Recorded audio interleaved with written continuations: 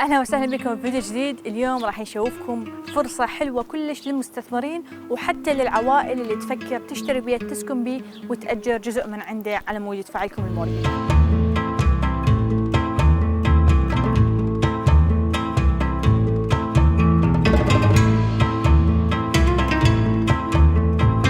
اهلا بكم ب 1517 تشيرش ستريت. طبعا المنطقه هاي كلش حلوه للعوائل وحتى للايجار كلش مطلوبه، لانه قريبه على الباص ستيشن وقريبه على المحلات، الاسواق والمول وكل شيء، يعني قريبه تقريبا هي صايره بسنتر وينزر، فخلينا نقول قريبه هي على كل شيء.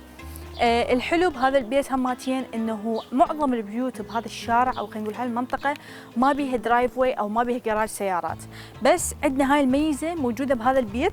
عندنا درايف واي، ما عندنا جراج بس عندنا درايف واي يكفي تقريبا شيء 4 أو 5 سيارات صاير على طول البيت الى النهايه، فهذا الشيء ميزه كلش حلوه بالبيت. طبعا عندنا الشد هو قديم بس واحد يقدر يبدله او يشتغل عليه شويه ويسوي له رينوفيشن ويسوي احلى من هيك، لانه الشد هو بالاخير مجرد ستورج، فواحد يقدر يسوي فيه شيء بسيط على مود يخزن به اشياء. هذا الباب هو الباب اللي يدخل على البيسمنت، لانه عندنا بيسمنت ممكن انه يكون يونت ثاني شوف لكم اياه بنهايه الفيديو، بس حاليا خلينا نشوفكم الشبابيك مال البيسمنت. طبعا الشبابيك كلش كبيره وجديده، معظم الشبابيك بهذا البيت مو كلهن بس معظمهن شبابيك جديده بعدها براند نيو. والحلو بالبيسمنت انه شبابيك كبيره، وهي هاي اهم شغله عندنا من ناحيه الايجار، لانه هواي ناس تطلب انه يعيشون ببيسمنت شبابيك كبيره. طبعا الواجهه مالته هماتين طابوق، نص طابوق والنص الثاني هو فاينل، فهذا الشيء هماتين حلو ينطي قيمه شوي للبيت، لانه الطابوق عاده شويه يكون اغلى من الفاينل. خلينا هسه نروح ونشوفكم البيت من الداخل. طبعا اول ما ندخل على البيت اللاي اوت مال الخريطه مال هذا البيت صاير غرف النوم فوق معزوله، وتشز يعني هذا الشيء كلش حلو يكون الغرف شويه معزوله فوق والها برايفسي الخاصه مال البيت، مو مثل ما تكون على الطابق الارضي. اكو هواي ناس تفضل انه الغرف تكون معزوله شويه. عندنا البيت كله على كبره، عباره عن صاله، مكان غرفه طعام من هاي الصفحه، والمطبخ من ذيك الصفحه، بس من هنا عندنا فشي كلش حلو وهو يسموه سن روم. طبعا ما موجود السن روم بكل البيوت بس بيوت معينه. السن روم هي اذا واحد يريد ينعزل عن البيت ويفتح الشبابيك، اكثر شيء يسووها اذا واحد مثلا هوكا تدخين او شغلات يسووه، واحد يقدر يدخن هنا ويفتح الشبابيك حتى تكون معزوله عن البيت، او واحد بنفس الوقت يقدر يسويها مكان العاب للاطفال حتى يكونوا هم شويه معزولين عن البيت. وعندنا شبابيك ما يسموها سن روم لانه بيها هوايه شبابيك على مدار الغرفه، فدائما تدخل اشعه الشمس هنا، فممكن واحد حتى يسويها اوفيس، او واحد يقدر يمدها يشيل هذا الحائط وتصير على امتداد كامل ويا الصاله، والصاله راح تكبر اكيد. اكو بهم صار حتى يسووها غرفه مثلا يحطون بيها ميز ويقعد يروح يتريق شوي، يكون مش وهم يتشمس بنفس الوقت يعني. صحيح. عندنا هنا الفاير بليس. طبعا الفاير بليس هنا طبيعي يعني واحد يحط خشب ويفتحه، وعندنا مدخنه هماتين واحد يقدر يشيله او مثلا يبدله بكهربائي حتى يكون شويه ليس ورك. واكو ناس اكيد تحب هاي الاجواء انه واحد يجيب خشب ويحطه ويفتح نار، ويعني اكو ناس هواي هسه تفضل هذا الشيء. يعني صار مساحه الصاله نشوفها مساحه كلش جيده، بالضبط. لا بس بها كبيره، وخاصه انهم مجهزين مكان تلفزيون ممكن يكون هنا فوق الفاير بليس. صح. واهم شيء عندنا بهذا البيت مركزين عليه هو الشبابيك، اكو شبابيك بكل مكان. طبعا الصاله عندنا هي اوريدي كبيره، وهنا هو الغرفه مال ميز الطعام، بس اكيد واحد يقدر يفتح هذا الحائط هماتين ويسوي امتداد كامل ويا الميز مال الطعام، لانه صراحه غرفه كبيره هنا مال ميز الطعام، ممكن انه واحد يقدر يختصرها بمساحه اقل من هيك، والمكان الباقي واحد يقدر يسوي كلته غرفه جلوس كبيره، او واحد يقدر يخليها نفس ما هي. الحلو انه عندنا مساحه كافيه انه واحد يسوي اللي يريده واللي يعجبه بهذا البيت. من هاي الصفحه عندنا مطبخ. طبعا المطبخ هو بسيط بس حلو ونظيف بنفس الوقت. عندنا الكابينتس هنا كليتها خلينا نقول مو فانسي، هي كلش فشي سمبل بس مرتب حلو، ونظيف بنفس الوقت، ما بي اي مشاكل. الطباخه بنفس الشيء، يعني الابلاينسز كليتها هنا مو كلش حديثه، بس ممكن انه واحد مثل ما نقول يمشي الحال بيها، خاصه من ناحيه الايجار. طبعا عندنا هنا تكمله هماتين حاطين كابينت، واحد يقدر يخلي كابينت ثانيه هنا هم يحط بيها اغراض اذا شاف المطبخ شوي صغير. هاي الصفحه عندنا هي اللاندري. غرفة اللاندري صايرة من هاي الصفحة معزولة شوية عن المطبخ حاطيها، بنفس الوقت حاطين نص باب ونص بردة. واحد يقدر يحط باب كامل ينفتح وما يكون معزول كلش يعني عن المطبخ. تكون اللاندري هنا، اشوف حلو مكانها معزول يعني تماما، انه واحد حتى ما يحس بيه. ومن هاي الصفحة عندنا هيك ستورج بسيط. هسه حاليا من هاي الصفحة خلينا نروح ونشوفكم الباك يارد. عندنا باك يارد حلوة بسيطة بنفس الوقت. الباك يارد مكونة من هاي الخشب هنا، الدك، الواحد يقدر يحط بها ميز طعام، مكان جلوس، كراسي، باربيكيو، شواية. وبنفس الوقت عندنا هنا ما يحتاج المكان أي اعتناء بالحديقة الخلفية، لأنه هي كليتها عبارة عن تايل، ماكو أي حشيش وماكو أي تراب. فواحد يقدر يعوفها كما هي، يعني مجرد سنة كاملة ما راح يصير أي شيء يعني، وما راح تحتاج انه تصرف عليها هوايه، لانه بيسكلي هي عباره عن تايلز وما راح تتطلب من عندك اي اعتناء. فاكو ناس هواي تفضل هذا الشيء، واكو ناس تحب انه تكون لهم حديقه. صراحه مع هذا يعني اكو شويه مساحه، صحيح هي ورا البيت مباشره ماكو، بس هي الحديقه وكانما صايره اون ذا سايد. صحيح. فبجنب البيت اكو مساحه، اذا مثلا الجهال اللي يريدون يلعبون لعبه بسيطه او تحط لهم مراجيح او مكان مثلا ميوزه وكراسي واحد يقدر يقعد هنا، بيها مجال هماتين لهذا الشيء. بالضبط صحيح. هنا هي صار الحديقه كلها عباره عن حرف ال. هنا طبعا هذا الاي سي يونت. ومن هاي الصفحه على اليمين هو عندنا المخرج على الدرايف واي، من الحديقه الى درايف واي، من الدرايف واي على الحديقه. فحاليا خلينا نروح ونشوفكم الطابق الثاني وين غرف النوم.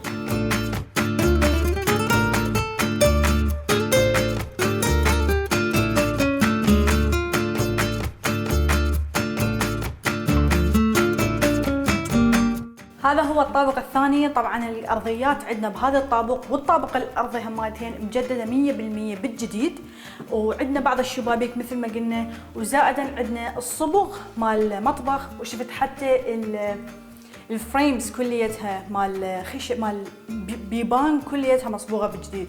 فهذين اشياء كليتها جديده صايره، واكيد واحد يقدر يسوي تاتش ابس ثانيه هماتين، مثل يضيف اضويه، بوت لايتات، اشياء بسيطه ممكن انه تغير كلش من البيت. رغم هذا حاليا البيت جاهز للسكن، واحد يقدر ينتقل به من ثاني يوم وماكو اي مشكله. عندنا مكون هذا البيت من 3 غرف نوم وحمامين كاملات، وهذا البيت معروض فقط 300,000 ريال كندي. اول شيء نبدا بالغرفه هاي الغرفه طبعا هي مو الماستر بيدروم، بس الماستر بيدروم تشوفون اياها بالاخير. بس عندنا كلوزت بكل غرفه، وبالاضافه عندنا بلكونه شويه صغيره وباب لهاي الغرفه. الغرفه هاي اللي صايره هنا نفس الحجم بالضبط، وهم عندنا شباك بيها كبير كلش، وعندنا كلوزت هماتين خزانه للملابس. ومثل ما قلنا الاضاءه كلش مهم انه الواحد يركز بيها من يشتري هذا البيت. عندنا الحمام هنا، طبعا الحمام ما مجددين، بس اكيد اللي يحب انه يجدده راح يكون فد شيء روعه، لانه ستاند اب شاور واحد يقدر يسوي، فانيتي نقدر نقول فانيتي حلوه ما اشوف بيها شيء سيء، بس ممكن واحد يقدر يغير الحائط من هاي الصفحه، يسوي فد شيء ارقى من هيك، يعني شوي يصرف عليه بس يكون البيت كلش راقي ومرتب. هاي هي الغرفه الاخيره، او هاي غرفه الماستر واكبرهن. هي طبعا الشباك اللي هنا كلش كبير ويطل على الشارع الامامي مال البيت، وبالاضافه لهذا عندنا هنا الكلوزت او الواك ان كلوزت، الخزانه مال الملابس كلش كبيره وكلش تكفينا، وحتى يقدر يسويها كاستم، يقدر يسويها مال، يعني هي اصلا مال نفرين، يعني اشوفها كافيه كلش تكون مال نفرين، فشي كلش يعني مناسب انها تكون مال ماستر بيدروم. حاليا خلينا نشوفكم اخير جزء من هذا الطابق، واللي هو اكو مثل غرفه ستورج هنا من هاي الصفحه. غرفه ستورج تفيد واحد يقدر يحط بها اشياء الزايده، بحال اذا عنده اشياء بقى زايده. صار فعليا انا اشوف البيت يعني صالح للسكن من ثاني يوم، يعني خاصة كأنه مشتري بيت سعره 300,000 دولار. بالضبط. عادة هاي البيوت اللي ب 300 بتكون بيوت مدمرة، يعني تحتاج لها شغل مباشرة يعني. بس هذا البيت جاهز للسكن، أرضيات كلها جديدة، الصبوغ كله جديد، بعض الإضاءة تغيرت، هواية من الشبابيك اتجددت، مثل هذا شباك جديد، وهواية أغلب الشبابيك جديدة، فالبيت جاهز للسكن 100%. واهم شغله بهذا البيت اللي هي مسويه انه بهذا البيت احتماليه كلش كبيره للاستثمار هي البيسمنت. خلينا نروح ونشوفكم البيسمنت.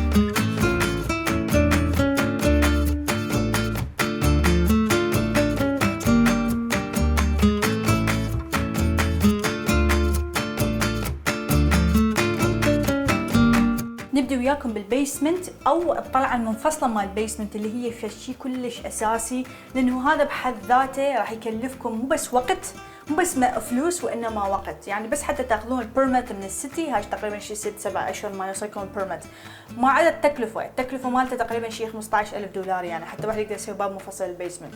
فواحد يعني هاي تعتبر اضافه صراحه كلش حلوه، مو هوايه ناس تقدرها، بس هاي فشي كلش مهم الصراحه بكل بيت، وخاصه البيوت اللي هيك اسعارها. طبعا البيسمنت تدخله من المطبخ مال البيت، وبس هاي هي الدخله الاساسيه للبيسمنت. البيسمنت بيه حمام كامل، فهذا الحمام هو صح قديم بس ما يحتاج لاي شيء، يعني واحد حتى يقدر يعوفه كما هو، لان صراحه ما اشوف بيه اي مشكله، ما بيه اي مولد، تقدرون ما بيه اي عفن يعني او رطوبه، تقدرون تعوفوه كما هو حاليا للايجار، او اذا واحد حب انه يجدد بيه البيت، لان صراحه مو خساره، فحيكون احلى من هيك بهوايه. من هاي الصفحه نشوف عندنا السينك، وهو في شيء حاليا بسيط، هو حاليا مو يونتين كاملات، بس اللي راح يشتري راح لازم يسوي بيه مطبخ ثاني على مود يقدر يأجره ويأجر الفوق واحد.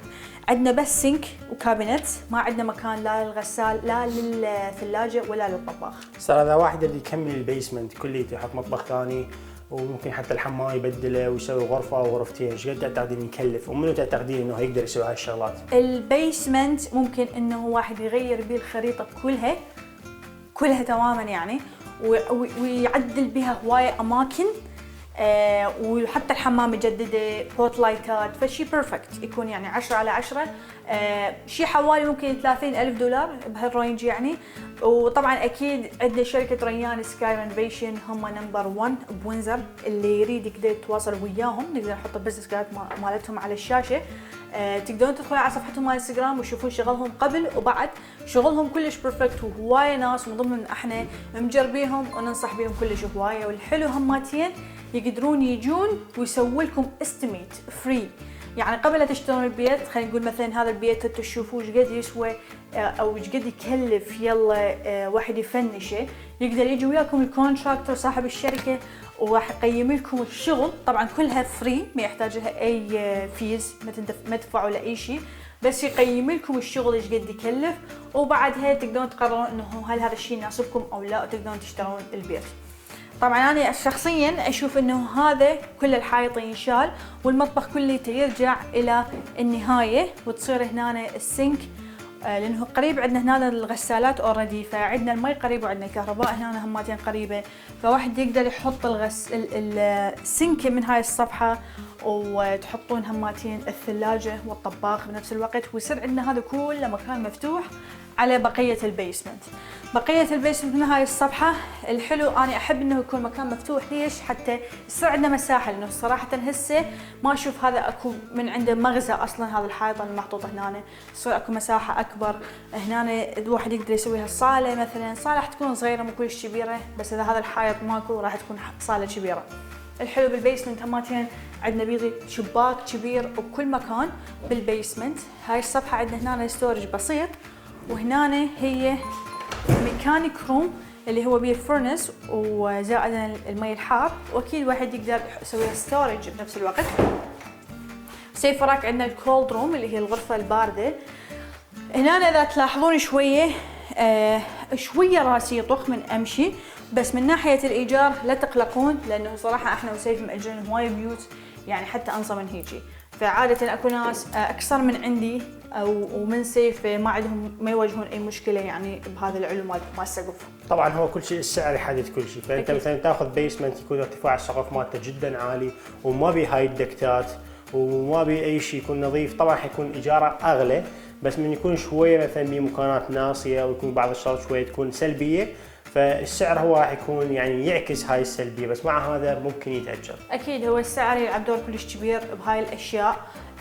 اذا البيسمنت يكون كامل 100% يعني ما راح تحصل اصلا اي شيء بحوالي $300,000. لازم تصعد الرينج، لازم مالتك تصعد اكثر من هيجي، بس بنفس الوقت هذا البيسمنت ما اشوف اي مشكله به من ناحيه الايجارات، لانه اكو هوايه ناس احنا ماجرينهم او ماجرين بيسمنتات تكون شويه انصى من هيجي. هاي هي اللي تعتبر خلينا نقول الغرفه، هي مو كلش كبيره، بس خلينا نقول هذا يتأجر النفر أو كبل نفرين مثلا، ويكون يعني حتى سعره مناسب الصراحة، وبيه هماتين شباك. واحد إذا يريد يعزل الغرفة هاي، واحد يقدر بس يمدد الحائط ويحط باب راح تنعزل الغرفة تماما، لأن حاليا هي صايرة مثل الباتشلر يعني يونت كامل. بس إذا واحد راد يعزله ويسوي غرفة فحيكون حتى قيمته تصعد أكثر، حتى نحسب غرفة بالأخير. وصلنا لنهاية الفيديو، إذا تحبون تتواصلون ويانا حتكون أرقامنا على الشاشة. إذا عندكم أي سؤال بخصوص هذا البيت أو إذا تريدون تحجزون عليه وتشوفوه، أو إذا عندكم سؤال بخصوص أي شيء بالريل استيت تقدرون تتواصلون ويانا. السؤال الأخير، إيش قد تعتقدين هذا البيت يسوى بعد التجديد؟ بعد التجديد، اذا التجديد طبعا حسب، اكو ناس تجدد شغل نص نص مو كلش بيرفكت، بس اذا التجديد كان بيرفكت وكامل حتى الفوق الحمام الفوق يتجدد، البوت لايتات، هاي اكيد شغلات مو ضروريه بس اوبشنال اختياريه واحد يقدر يسويها على مود يجمل البيت اكثر ويصعد قيمته بالسوق. بس بعد هاي الاشياء كليتها بسهوله بهذا الماركت 450 او حتى يمكن اكثر. 450 الحين نقول لكم هي المينيموم، بس ممكن انه تحصلون حتى فوق ال 450. انا صراحه شيء كامل هيك شيء من مطبخين وتجديد بيرفكت احنا شخصيا ندور وما نلقى شيء جوا ال 500، بس احنا دائما نحسب لكم بالاقل مو بالزايد، حتى واحد مثل ما نقول ما تكون توقعاته كلش عاليه وتحصلون الشيء مثل ما نقول احسن من ما متوقعين حتى. وصلنا لنهاية الفيديو، مثل ما قلت إذا عندكم سؤال بخصوص هذا البيت أو أي بيت ثاني تواصلون ويانا، أرقامنا حتكون على الشاشة. وإذا حبيتوا تشوفون فيديوهات ثانية نفس هذا اضغطوا على الفيديو هذا. نشوفكم الفيديو الجاي، مع السلامة.